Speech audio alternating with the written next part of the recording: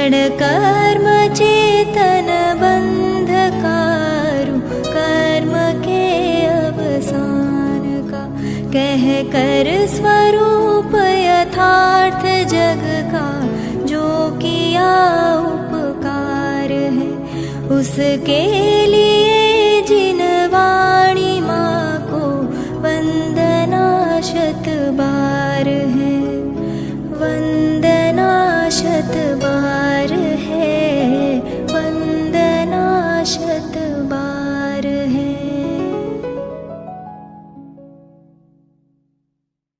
निरस्यन्ति परस्यार्थम स्वार्थम कथयति श्रुतिः,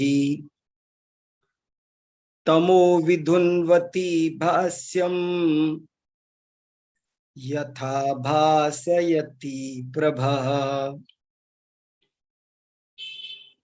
ये जो मैंने एक श्लोक का पाठ किया है, ये कसाय पाउड की टीका जय धवला में से है।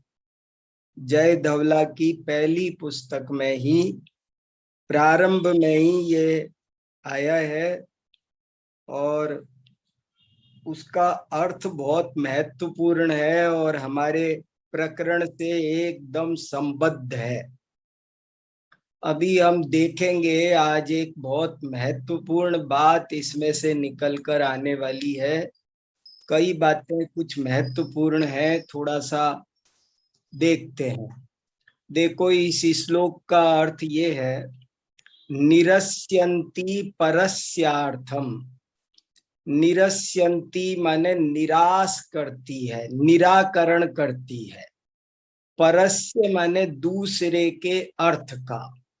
स्वार्थम कथयति श्रुति, और अपने अर्थ को कहती है। श्रुति माने जिनवाणी। जिनवाणी अपने अर्थ को प्रतिपादन भी करती है और अन्य अर्थ का निषेध भी करती है, दोनों काम करती है। कैसे? तमो विधुन्वती भाष्यम यथा भासयति प्रभा। जैसे प्रभा, रोशनी, जैसे प्रकाश, दो काम एक साथ करता है। तमो विधुन्वती, जैसे प्रभा तम यानी अंधकार को धुनती है, अंधकार को नष्ट करती है, और भाष्यम भासयति, और प्रकाश को फैलाती है।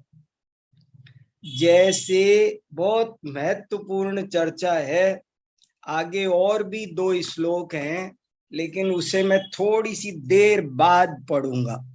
इस फोटो को आपको फिर से दिखाऊंगा और आगे के श्लोकों को भी पढ़ूंगा, लेकिन इस श्लोक पर अभी आपका ध्यान चाहता हूं। ये बहुत महत्वपूर्ण श्लोक है। इस श्लोक में क्या कहा कि जिस प्रकार प्रभा 2 काम करती है, एक तो अंधकार को नष्ट करती है और दूसरा प्रकाश को फैलाती है, 2 काम करती है। ऐसे ही कोई भी कथन, जिन वचन, जिन वाणी, वो एक अर्थ को कहते हैं, अपना जो उचित अर्थ है उसको कहती है, और जो दूसरा अर्थ है उसका निषेध भी साथ में करती है। ये क्या बात कही है, इसे समझने के लिए हमें वापस हमारे आप्त मीमांसा प्रकरण पर आना पड़ेगा। अभी हमारा 3-4 दिन का गैप हुआ ना, इसलिए मैं फिर से आपको उस प्रकरण पर पहले ले चलता हूं जहां पर हमारी चर्चा छूटी थी और बहुत महत्वपूर्ण थी। मैं आपका ध्यान वापस आप्त मीमांसा पर लेता हूं।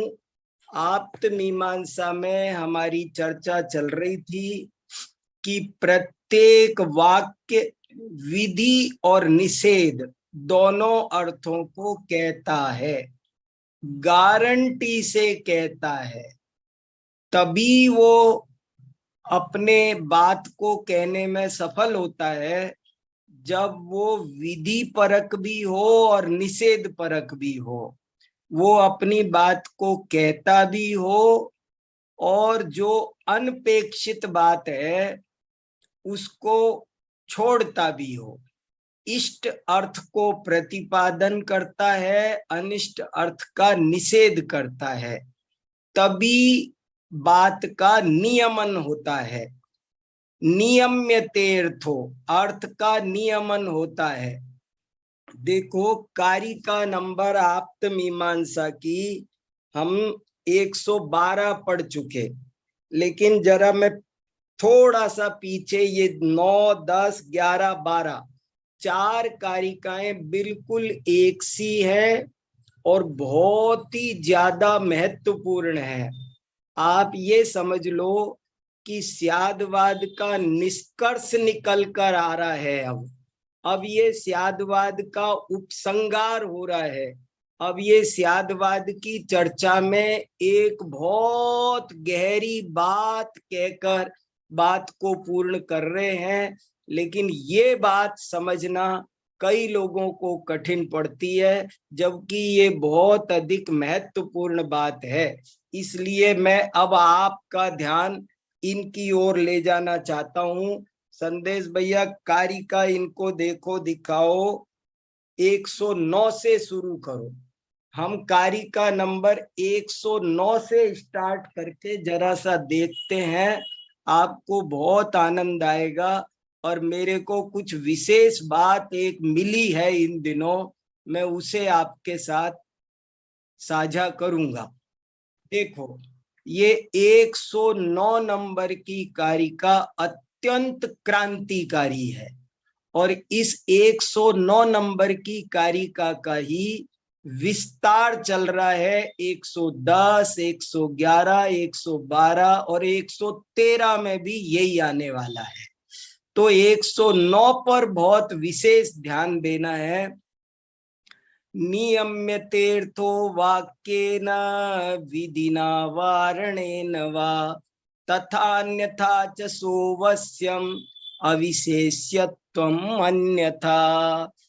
अर्थ का नियमन विधि वाक्य से भी होता है और निषेध वाक्य से भी होता है, और भले वक्ता इन दो में से किसी एक का प्रयोग करे, लेकिन जब किसी एक का करे तो दूसरे को वहां पर गौण रूप से समझना ही चाहिए।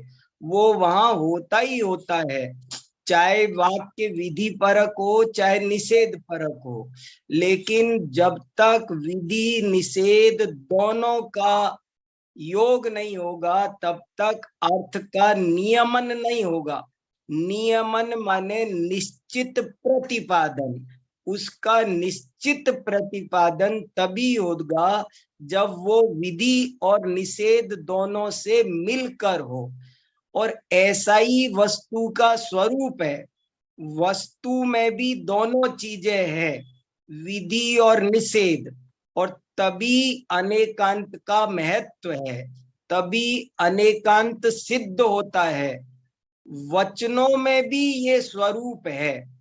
अर्थ में, पदार्थ में तो विरोधी धर्म पाए ही जाते हैं, लेकिन वाणी में भी ऐसा ही स्वरूप है कि जहां विधि होती है वहां निषेध भी होता है, और जहां निषेध होता है वहां विधि भी होती है। मुख्य गौण हो सकते हैं, ये एक न्यारी बात है, लेकिन होते तो दोनों ही हैं। विधि भी होता है और निषेध भी होता है। यदि ये दोनों ना हो तो वो वस्तु अवस्तु हो जाए।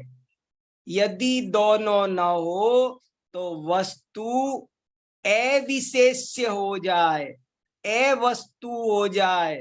एक, जब हम कोई विशेषण बनाते हैं तो वो विशेषण ये सिद्ध कर देता है कि कुछ ऐसा है और अन्यथा नहीं है।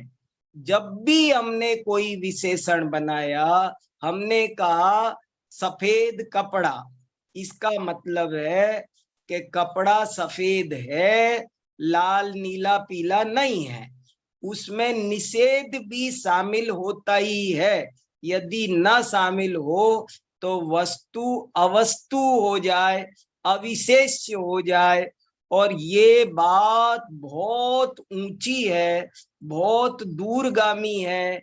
इसको समझे बिना हम सामान्य विशेषात्मक वस्तु को नहीं समझ सकते। हाँ दीपाली जी, नील कमल कहा तो रक्त कमल नहीं है, श्वेत कमल नहीं है, ये आया। कमल कहा तो कमल आया, गुलाब नहीं है, कनेर नहीं है, ये अन्य दूसरे पुष्पों का निषेध है।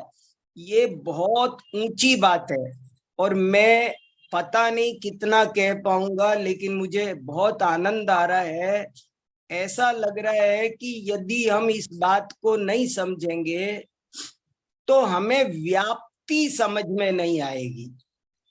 फिर से, यदि हम विधि निषेध की इस विधि निषेध के इस संबंध को नहीं समझेंगे, यदि हम विधि निषेध के इस अविनाभाव को नहीं समझेंगे तो हमको व्याप्ति समझ में नहीं आएगी, हमको तर्क समझ में नहीं आएगा, हमें अनुमान समझ में नहीं आएगा। और फिर हमारा सारा का सारा न्याय शास्त्र पढ़ना निष्फल रह जाएगा। न्याय शास्त्र का आधार है व्याप्ति, व्याप्ति का आधार है विधि निषेध। विधि निषेध को दूसरी भाषा में ही, विधि निषेध को ही दूसरी भाषा में अन्वय व्यतिरेक कहा है। और यहाँ पर बहुत कुछ छुपा हुआ है। जो विधि निषेध को नहीं समझेगा वो सामान्य विशेषात्मक प्रमेय को भी नहीं समझेगा, प्रमेय भी उसके हाथ से जाएगा। और विधि माने गुण, निषेध माने पर्याय। जो विधि निषेध की संधि को नहीं समझेगा, जो विधि और निषेध की मैत्री को नहीं समझेगा, वो गुण पर्यायवत द्रव्यम, वो गुण नहीं समझ सकता, वो पर्याय नहीं समझ सकता और पूरी वस्तु नहीं समझ सकता। बात थोड़ी सी कठिन लग सकती है, बात थोड़ी सी नीरस लग सकती है, लेकिन आज की ये बात बहुत ही अधिक महत्वपूर्ण है और बहुत ही ज्यादा ध्यान देने लायक है। थोड़ा परिश्रम करके 2-4 दिन लगा के भी यदि ये बात समझ में आ जाए तो आप समझ लेना एक बहुत बड़ी उपलब्धि हो गई। मैं फिर कहता हूं, यदि विधि और निषेध की इस मैत्री को हमने नहीं समझा तो हमें स्यादवाद समझ में नहीं आएगा, हमें सामान्य विशेषात्मक वस्तु समझ में नहीं आएगी, हमें गुण पर्यायवत द्रव्यम समझ में नहीं आएगा, हमें तर्क नहीं समझ में आएगा। और जो श्रुत ज्ञान का आधार है व्याप्ति, जिस व्याप्ति के बल पर श्रुत ज्ञान केवल ज्ञान के बराबर सिंहासन पर विराजमान होता है, वो व्याप्ति लगाना हमें नहीं आएगा यदि हम विधि निषेध को नहीं समझ पाए। और ये बहुत बड़ा नुकसान हो जाएगा। लोग विधि निषेध उल्टा सीधा लगाते हैं, व्याप्ति उल्टी सीधी लगाते हैं।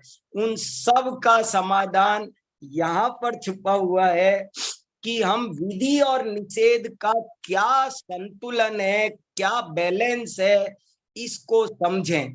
और ये बात अभी मैंने पढ़ी तो बहुत जगह, बहुत शास्त्रों में मिली। मैंने उसमें से एक श्लोक आपको आज जय धवला में से निकाल कर सुनाया कि जिस प्रकार प्रभा दो काम एक साथ करती है, प्रकाश को फैलाने का काम भी करती है और अंधकार को भगाने का काम भी करती है, ठीक उसी प्रकार जिन वाणी का प्रत्येक कथन विधि का भी प्रतिपादन करता है और निषेध का भी प्रतिपादन करता है। इतना अंतर जरूर हो सकता है कि एक मुख्य हो और दूसरा गौण। इतना अंतर जरूर हो सकता है कि वो वाक्य एक धर्म का वाचक हो और दूसरे धर्म का द्योतक हो। ये तो हो सकता है। वाचक और द्योतक भी आप समझ गए होंगे, हमारी चर्चा हुई थी। जिसको कहा जाता है वो वाचक है और जो गौण रह जाता है वो द्योतक है। जब कहा जाता है कि स्याद अस्ति, तो अस्ति धर्म का ये वाक्य वाचक है। यहाँ पर स्याद अस्ति से अस्ति पद का वाचन हो रहा है, उसको कहा जा रहा है। लेकिन नास्ति पद यहाँ पर, नास्ति धर्म यहाँ पर द्योतक है। स्यात् पद नास्ति का द्योतक है और अस्ति का वाचक है। अगर नित्य कहा तो नित्य का वाचक है, अनित्य का द्योतक है। अनित्य कहा तब अनित्य का वाचक है और नित्य का द्योतक है। ये बहुत सुंदर मैत्री है और बहुत गहरा अविनाभाव है। विधि और निषेध में अविनाभाव है, ये एक बहुत ऊंची बात है। इसलिए इस पर मैं और आपसे चिंतन मांगता हूं कि बिना इसके अर्थ का नियमन नहीं होगा, निश्चित रूप से प्रतिपादन हो नहीं सकता।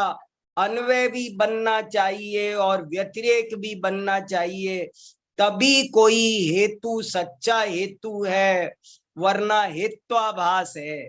तभी कोई तर्क सच्चा तर्क है, वरना तर्काभास है।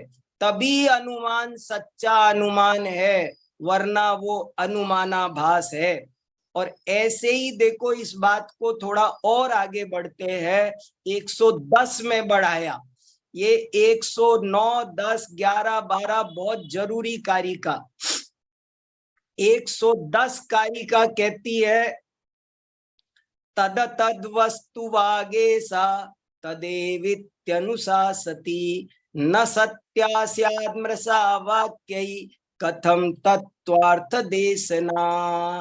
के जो वाणी तदेव ऐसा ही कहती है, जो वाणी केवल तत् ही कहती है, वो वाणी सत्य नहीं है, वो मृषा है। जो एक को कहती है, तत् कहा तो तत् में सब आ गया, अतत् भी आ गया। जो कहे कि तत् ही है, वो वाणी सत्य नहीं है, मृषा है। जो अतत् कहे, जो सत ही कहे, जो असत ही कहे, जो नित्य ही कहे, जो अनित्य ही कहे, वो वाक्य मृषा वाक्य है, मृषा वाक्य है। बहुत सूक्ष्म चर्चा आ रही है आज दिनेश जी। मुझे हिम्मत करके थोड़ा देखो, मैं कह रहा हूं और आप सब, मुझे चिंता नहीं है कि ज्यादा लोग समझे। ये बहुत गहरी बात, समझ जाओ तो बहुत आनंद आएगा। आज केंद्र में आ गए हैं हम, न्याय शास्त्र के केंद्र में, कि जो एक धर्म का प्रतिपादन करती है वो वाणी मृषा है, वो वाणी सत्य नहीं है। और ऐसे मृषा वाक्यों से कथम तत्वार्थ देशना, कथम यथार्थ देशना, कैसे कोई हितोपदेशी हो सकता है, कैसे कोई तीर्थंकर हो सकता है। कहा था ने शुरू में कि तीर्थकृत आप्ताभिमान दग्धा नाम, अपने आप को तीर्थंकर समझते हैं, तो कैसे तीर्थंकर हो सकते हैं, कैसे तत्वार्थ की देशना कर सकते हैं। मृषा वचनों से तत्वार्थ की देशना कैसे हो सकती है, बताओ।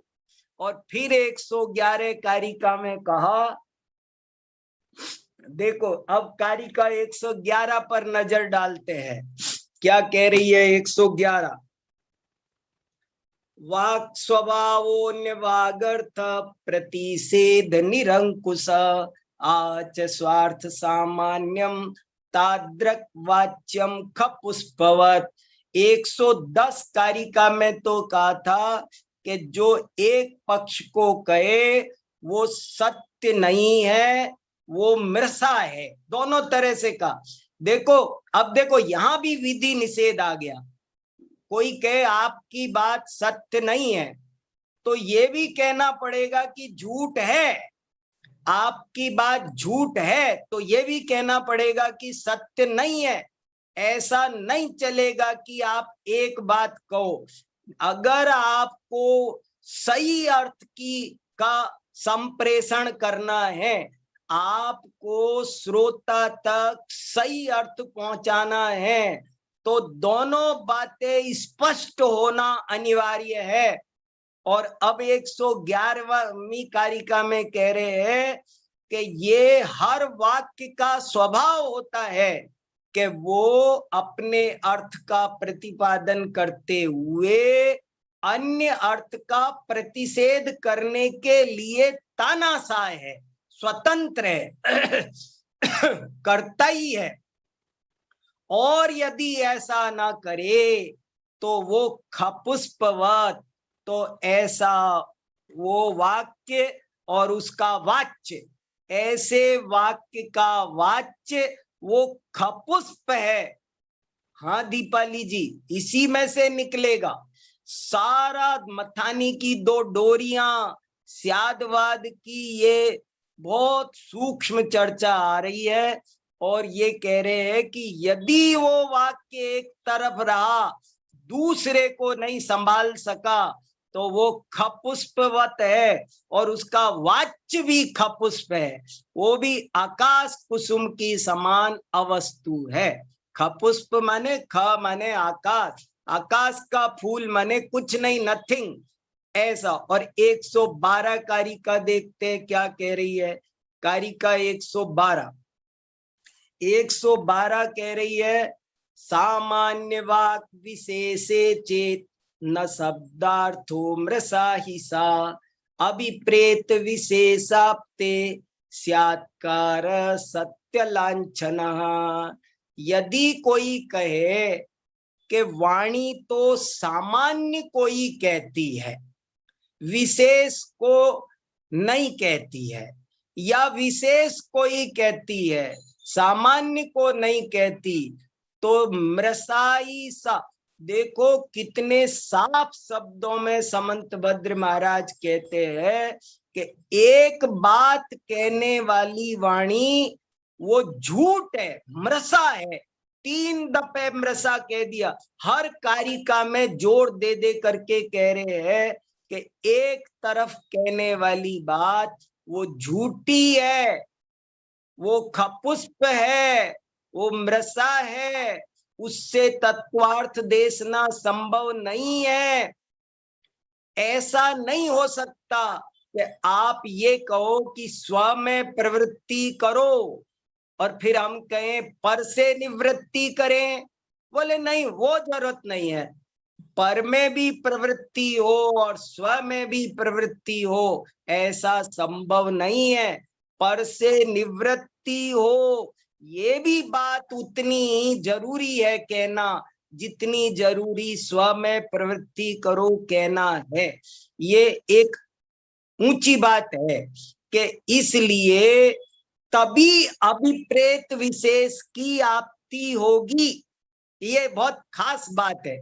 अभिप्रेत विशेष आपते, अभिप्रेत माने जो हमारा वांटेड अर्थ है, जो हमारा इष्ट अर्थ है, उसकी प्राप्ति तभी होगी। और इसीलिए स्यात्कार सत्य लांछना, अभीष्ट, हाँ इष्ट कहो, अभीष्ट कहो, इच्छित कहो, अभिप्रेत कहो, उस अर्थ की प्राप्ति तभी होगी।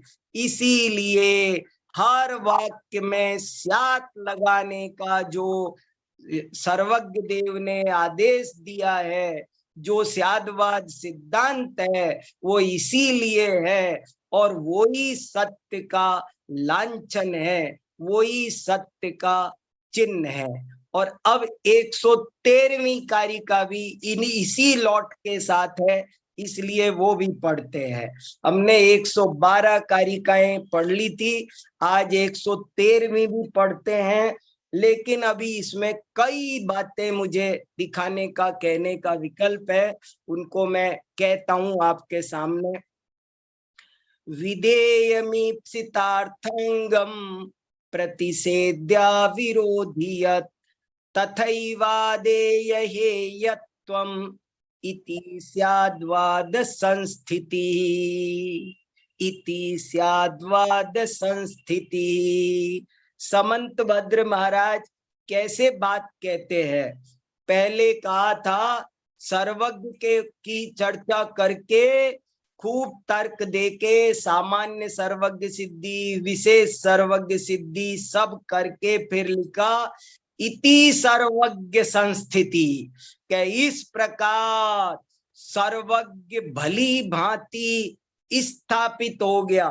संस्थिति, स्थिति माने स्थापित होना, और संस्थिति माने सुमेरु पर्वत की तरह अटल, अटलता से, अचलता से स्थापित हो गया, जिसे अब कोई हिला नहीं सकता। तो वो कह रहे हैं कि यदि आपने ये बात समझ ली तो इति स्याद्वाद संस्थिति।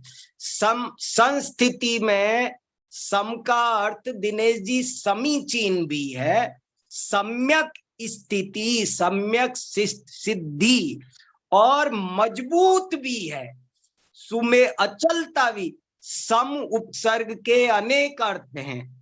सम माने समीचीन भी है, दृढ़ता भी है, अचलता, और सब एक ही बात है। जो दृढ़ होगा वही समीचीन होगा, जो समीचीन होगा वही दृढ़ होगा। तो स्यादवाद की संस्थिति कब हो, स्यादवाद की समीचीन सिद्धि कैसे हो? तो वो कह रहे हैं, और बहुत ऊंची बात है इसमें, देखो जरा, विधेयम ईप्सितार्थांगम, सम्यक शब्द भी महत्वपूर्ण है। विधेयम ईप्सितार्थांगम, विधेय, विधेय माने विधि का विषय, विधेय माने, विधेय का मतलब होता है, जैसे हमने कहा कि पानी है तो पानी हुआ विधेय, और उसमें से ये निकल आया कि दूध नहीं है, रोटी नहीं है, पुस्तक नहीं है। जो है वो जो कहा जा रहा है उसका नाम है विधेय। विधेय है वो ईप्सितार्थंग है, जो अर्थ है, अर्थ माने वाच्य, अर्थ के दो अंग हैं।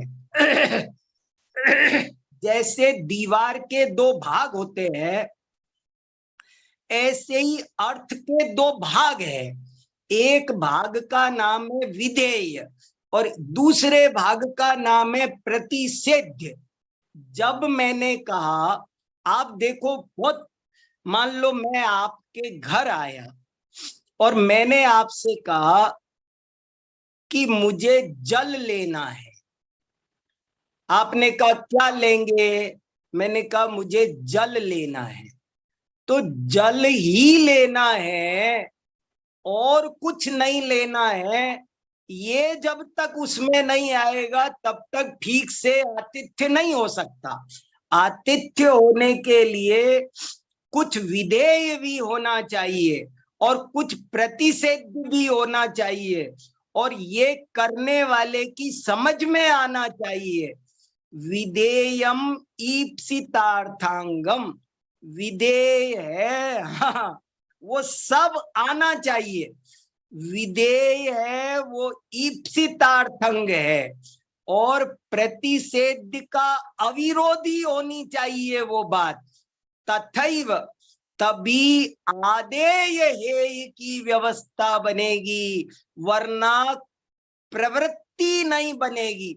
देखो ये प्रवृत्ति वाला जो मुद्दा हमारा छिड़ा था, ये अभी तक चल रहा है। प्रवृत्ति वाले प्रकरण को, प्रवृत्ति वाले मुद्दे को आचार्य देव ने अभी तक पकड़कर बैठे हैं।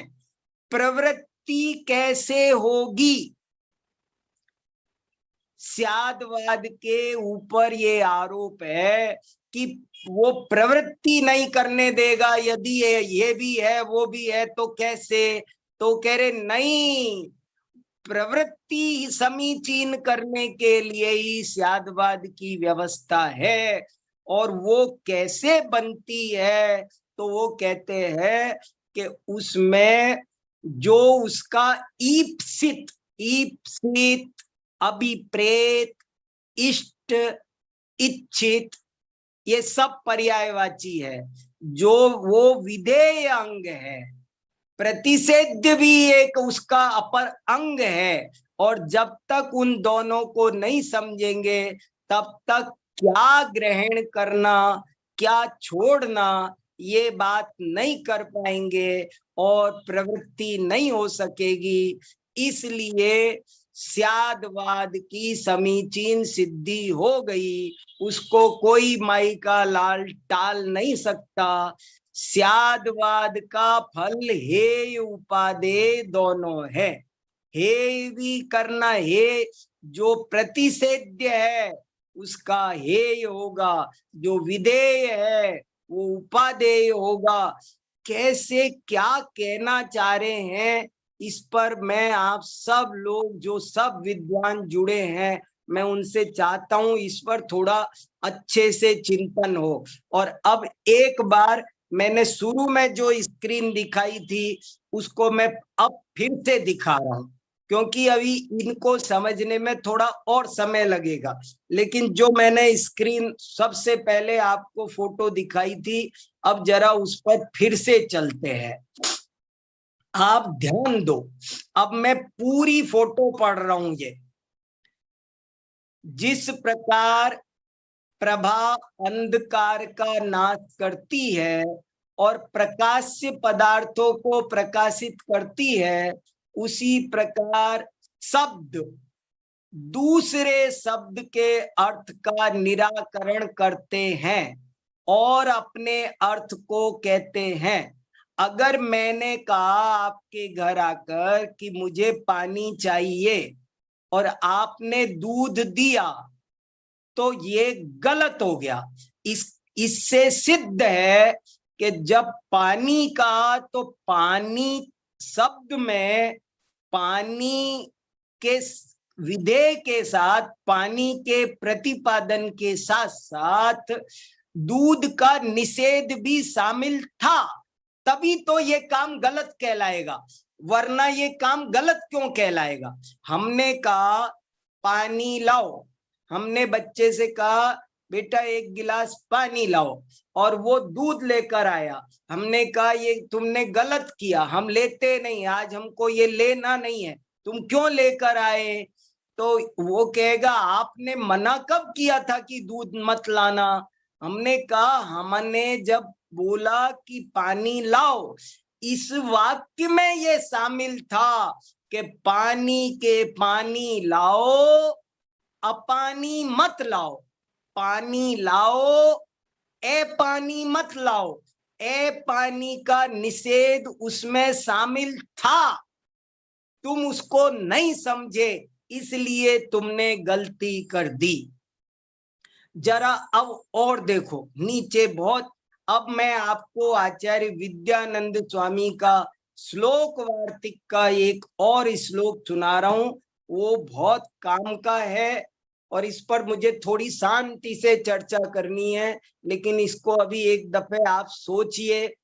वाक्येव धारणम तावत् अनिष्टार्थ निवृत्तये कर्तव्यमन्यथानुक्त समत्वात् तस्य कुत्रचित्। किसी वाक्य में एव का प्रयोग अनिष्ट अभिप्राय के निराकरण के लिए किया जाता है, अन्यथा अविवक्षित अर्थ को स्वीकार करना पड़ेगा। फिर पढ़ता हूं, 5 बार पढ़ूं तब भी कम है ये। फिर सुनो, आप ध्यान से सुनो। किसी वाक्य में एव का प्रयोग अनिष्ट अभिप्राय के निराकरण करने के लिए किया जाता है, अन्यथा अविवक्षित, अनभिप्रेत, अनिप्सित, अनवांटेड अर्थ को भी स्वीकार करना पड़ेगा। और नीचे का भी पढ़ देता हूं, फिर चर्चा करेंगे। एवकार प्रकारांतर के व्यवच्छेद के लिए है, एव भी लगाना चाहिए। एव लगाने से क्या होता है? बोले एव लगाने से जो अनवांटेड अर्थ है उसका निराकरण हो जाता है। देखो क्या कह रहे हैं कि आप बच्चे की गलती निकालने वाले बड़े आए, आपने कहा था कि जल लेकर आओ, और वो जल दूध लेकर आ गया, तो आपको, आपकी भी गलती है, आपको जल ही लाओ कहना था। देखो क्या खेल हो रहा है, बहुत सुंदर लीला है, ये स्यादवाद की लीला चल रही है। और आप लोग अगर इसमें इंटरेस्ट लोगे ना, अगर आपको जैसे रामलीला जैसा आनंद आएगा ना, तब तो आपको बहुत अच्छा ये समझ में आ जाएगा। जरा सा प्रकरण सूक्ष्म है, 1 दिन 2 दिन जरा सा मन लगा लेंगे तो आपको बहुत आनंद आएगा। स्यादवाद माने स्यात पद लगाओ। देखो अब तक हमने क्या पढ़ा कि स्यात लगाओ, स्यात लगाओ, स्यात लगाओ। इतने दिन से हमारी घिसाई हो रही है कि हर वाक्य में स्यात लगाओ, लेकिन अब हम यहां पर अब नई बात एक आ रही है कि एव भी लगाओ। एव का भी प्रयोग करना जरूरी है। एव का प्रयोग नहीं करोगे तो क्या होगा कि अविवक्षित अर्थ को स्वीकार करना पड़ेगा। आप जो कहना चाहते हैं एक्यूरेट वो का वही दूसरे तक पहुंच जाए, इसके लिए एव भी जरूरी है। जिस तरह प्रत्येक वाक्य में स्यात लगाना जरूरी है, उसी तरह प्रत्येक वाक्य में एव लगाना भी जरूरी है। ये यहाँ चर्चा चल रही है, तभी वो विधि परक निषेध परक दोनों को समेटेगा, और जो उसका समीचीन जैसा अर्थ है वैसा कहेगा, और तभी वो सही प्रवृत्ति का कारण बनेगा, नहीं तो सही प्रवृत्ति का कारण नहीं बनेगा, और अविवक्षित अर्थ भी स्वीकार करना पड़ेगा। ये यहाँ चर्चा चल रही है। देखो मैं बहुत पहले से आपसे कहता आ रहा था कि हम वाक्य में एव लगा सकते हैं लेकिन सर्वथा नहीं लगा सकते, और एव की चर्चा आगे आएगी, ये मैं बहुत बार कहता था। और मेरे से कई लोग कहते थे वो तो आ ही नहीं रही है, एव की चर्चा तो आ ही नहीं रही है। अर्चना जी ने मुझे 2 दफे मैसेज किया कि वो एव की चर्चा आएगी आप कहते थे, और एव की चर्चा तो आई नहीं, कब आएगी? अब देखो आज एव की चर्चा आ रही है। सही है, जल की जगह शरबत पीना पड़ेगा, खाना खाना पड़ेगा, क्या लेना है वो देखो। स्यादवाद तो इतना कहता है कि वस्तु भेद भी है अभेद भी है, लेकिन कैसा भेद है और कैसा अभेद है ये तो नए बताएगा, इसीलिए स्यादवाद नए संस्कृतम, इसीलिए वाणी स्यादवाद और नए दोनों से संस्कृत होनी चाहिए, तभी वो वाणी जरूरी, तभी वो वाणी समीचीन है। देखो मैं क्या कहना चाह रहा हूं, एव क्यों लगाते हैं, एव भी लगाना जरूरी है, और स्यात पद जैसे निपात है ऐसे ही एव भी निपात है, एव भी निपात है, स्यात भी निपात है, और स्यात भी सार्थक निपात है, और एव भी सार्थक निपात है। और स्यात का प्रयोजन क्या, प्रतिपक्ष का अनिराकरण, अनिराकृत प्रतिपक्षो।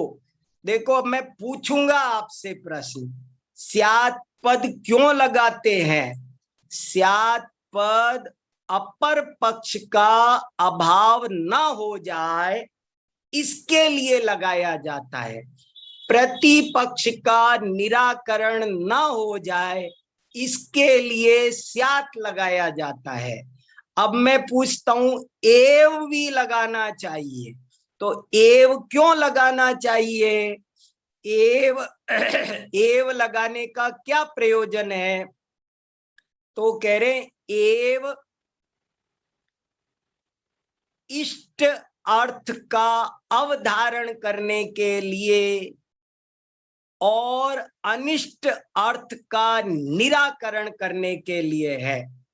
फिर से, स्यात पद का प्रत्येक वाक्य में स्यात भी होना चाहिए और एव भी होना चाहिए, तभी समीचीन उपदेश होगा, तभी वो नियमित करेगा व्यवस्था को, तभी हेयोपादेय की सही व्यवस्था बनेगी।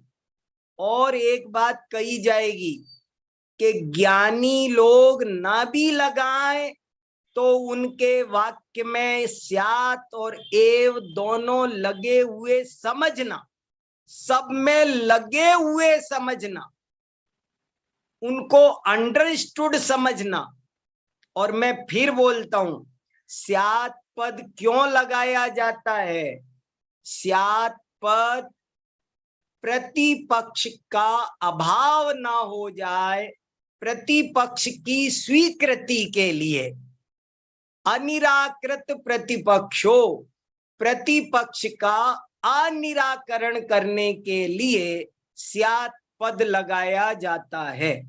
तो एव क्यों लगा रहे हो, इष्ट अर्थ का अवधारण करने के लिए, इष्ट अर्थ का अवधारण करने के लिए और अनिष्ट अर्थ का निराकरण करने के लिए एव पद का प्रयोग करना जरूरी है। ये बहुत खास बात है, ही भी जरूरी है और भी जरूरी है।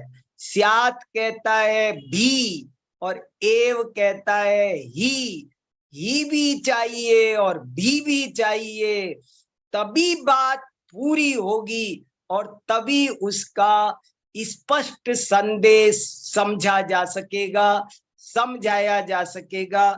ऐसी ये सुंदर चर्चा 4 कारिकाओं से 5 कारिकाओं से चल रही है। अभी आप लोग कुछ कहिए, अभी कुछ और महत्वपूर्ण बातें हैं जिनको मैं कल कहूंगा। क्या क्या समझ में आ रहा है, नीरस है, किसी को नीरस लगे कठिन लगे, पर भैया ये जिनवाणी का मर्म है, बहुत ऊंची और बहुत महत्वपूर्ण चर्चा ये चल रही है। देखो जिसको जहां भी कुछ समझ में नहीं आ रहा हो तो कहो और इस विषय को समझो, जोर देकर समझो।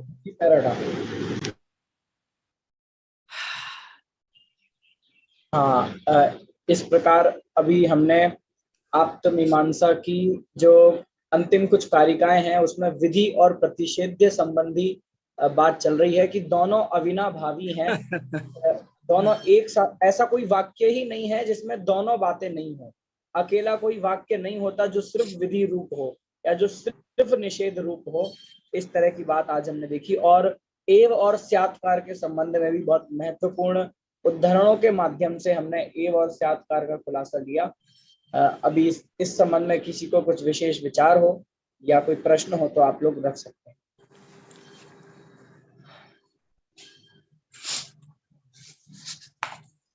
हाँ दिनेश। हाँ दिनेश जी बताइए।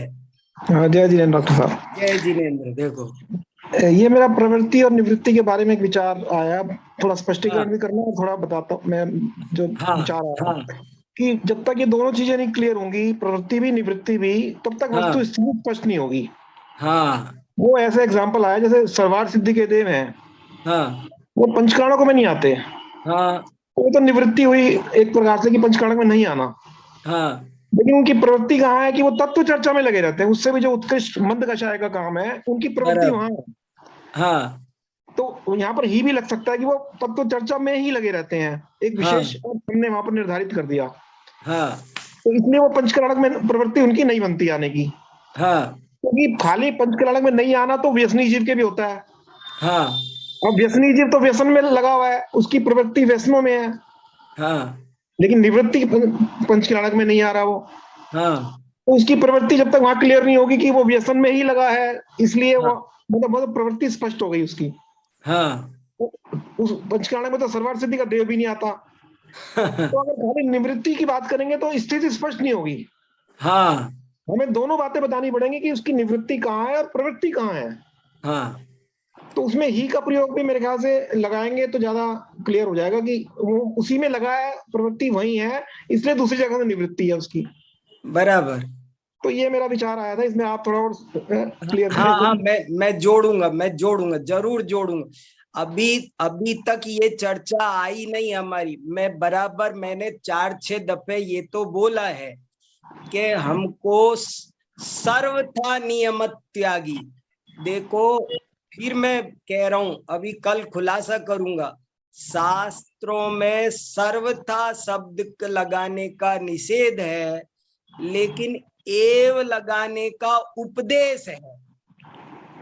और कैसे है इस पर अभी तक हमारी चर्चा हुई नहीं है, जो बहुत इंपॉर्टेंट है। समीचीन प्रवृत्ति के लिए क्या स्वरूप है और समीचीन ज्ञान के लिए, ये भी मेरी खास बात है। जैसे स्यादवाद ने तो ये कह दिया कि नित्य भी है, अनित्य भी है, भेद भी है, अभेद, पर कैसा भेद? आत्मा और शरीर ये भी भिन्न भिन्न है, और आत्मा और राग इनमें भी भेद है, और आत्मा और ज्ञान इसमें भी भेद है। तो किसका भेद कैसा है, ये जब तक नए नहीं लगेंगे तब तक स्पष्ट नहीं होगा। तीनों भेद बराबर नहीं है, तीनों अलग अलग, नए से अलग अलग बात आएगी। ये बहुत जरूरी है। क्या अलका जी आवाज नहीं आ रही? आ रही आवाज, आ रही है।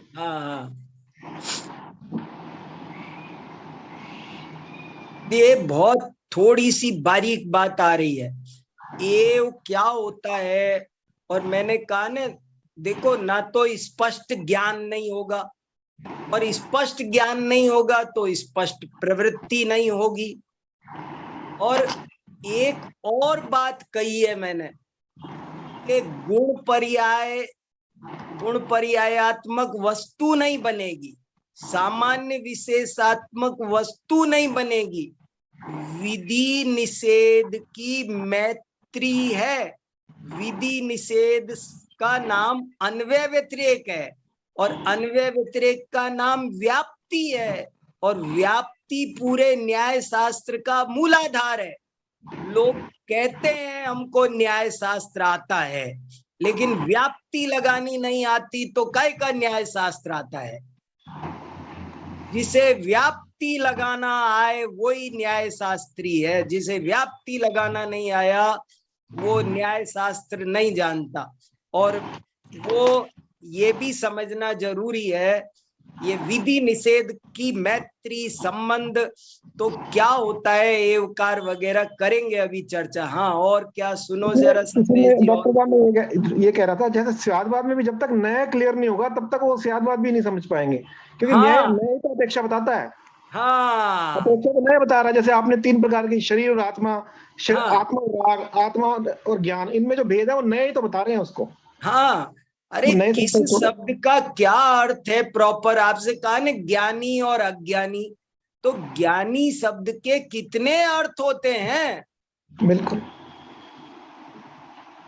सब जीव ज्ञानी है, और दूसरी अपेक्षा से केवल सम्यक दृष्टि ज्ञानी है, तीसरी अपेक्षा से पंचम गुण स्थानवर्ती ही ज्ञानी है, फिर छठे ही वाले ज्ञानी है, फिर 12वें वाले ज्ञानी है, फिर 13वें वाले ज्ञानी है। ज्ञानी का भी तो बहुत हिसाब है।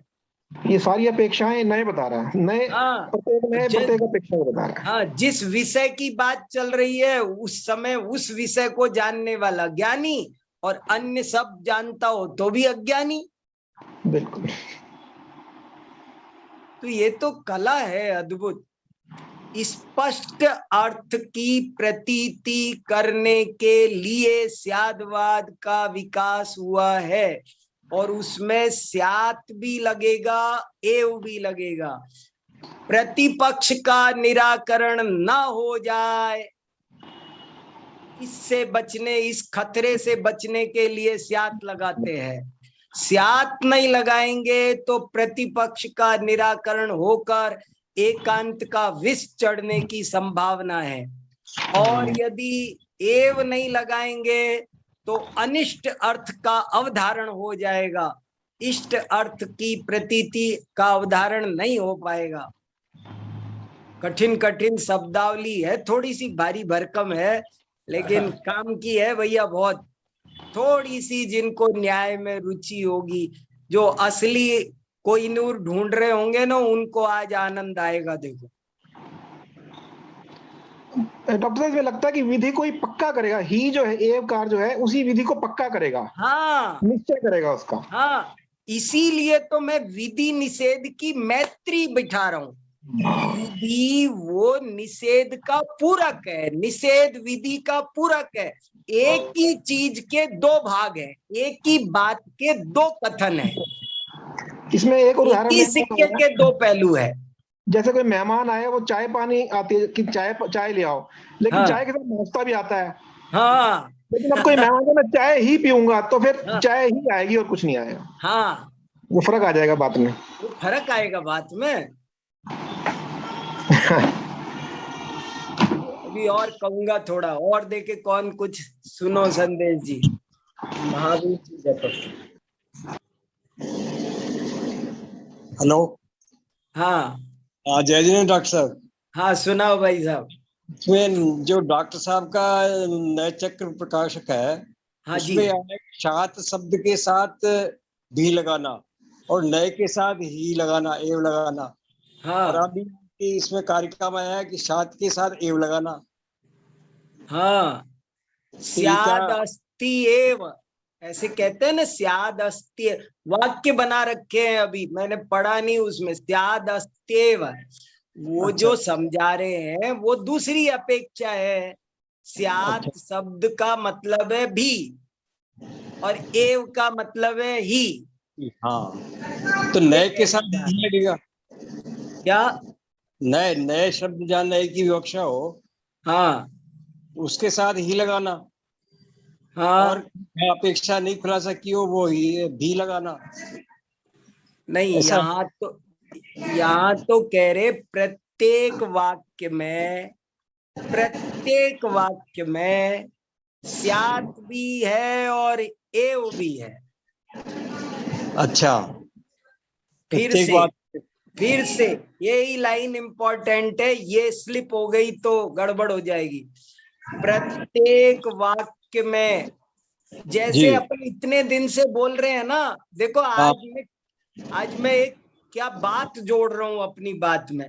आज तक मैंने कहा ना, आप दुनिया के लाखों वाक्य लेकर आओ, जी। सब में स्यात लगाएंगे, हम सिद्ध करेंगे।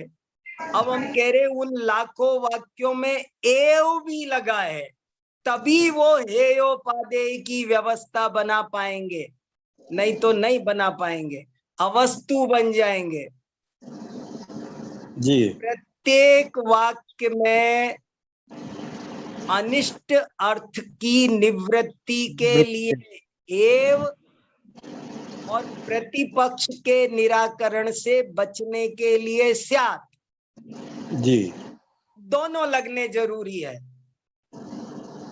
अब ये बात न्यारी है कि प्रैक्टिकली दोनों लगेंगे नहीं लगेंगे, कब कौन लगा रहा है नहीं लगा रहा है, जिन वाणी में भी मिल रहे हैं। तो हमारे आचार्य कह रहे ना, अनुक्त होने पर भी लगे समझना है, वहां लगे ही हैं।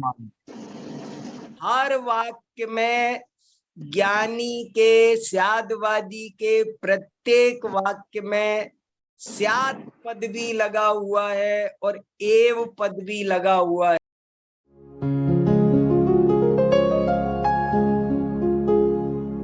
निज निधि निज में बताए, यह अनंत उपकार है उसके लिए जिन वाणी माँ को वंदना शत बार है, वंदना शत बार है, वंदना शत बार है।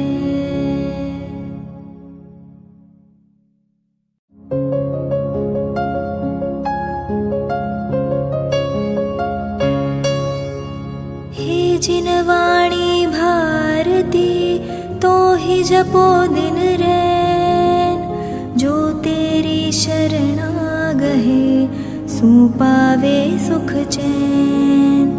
जा वाणी के ज्ञान ते सूझे लोकालोक, सो वाणी मस्तक नवो सदा देत हो ढोक, सदा देत हो ढोक।